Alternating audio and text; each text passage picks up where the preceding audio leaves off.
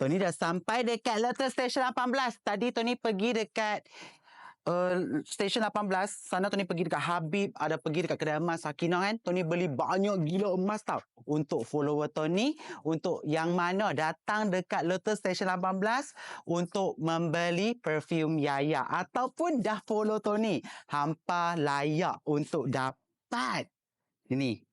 Okay, so dekat mana? Tony dekat sini. Jom, Tony bawa hampa. Inilah booth Tony. Tony ada dekat sini, Lotus Station 18, Ipoh. Tony ada buka booth Yaya Empire dekat sini. Setiap pembelian RM50 ke atas, hampa ada layak masuk cabutan bertuah. Dan yang mana belum follow Tony sekarang. Sebab setiap kali Tony live, Tony akan pilih pemenang untuk memenangi emas. Tony nak tanya hampa sikit boleh tak? Nak mintalah pendapat. Jom, Tony nak tanya hampa pendapat apa. Sini, Sat. Dekat sini, dekat tangan Tony ada beli gold bar dengan ada beli cincin emas. Dekat sini, hampa tengok. Ini cincin emas.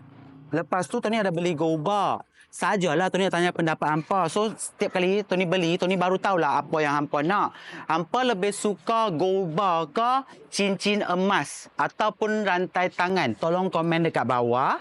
Tony akan berada di sini daripada 23 hari bulan sampai 27 hari bulan 4, daripada 12 tengah hari sampai 12 malam. Tony akan pilih pemenang daripada situ. Okey? Follow Tony sekarang. Jangan lupa datang ramai-ramai tau. Rezeki hampa mungkin kali ini. Alright, bye.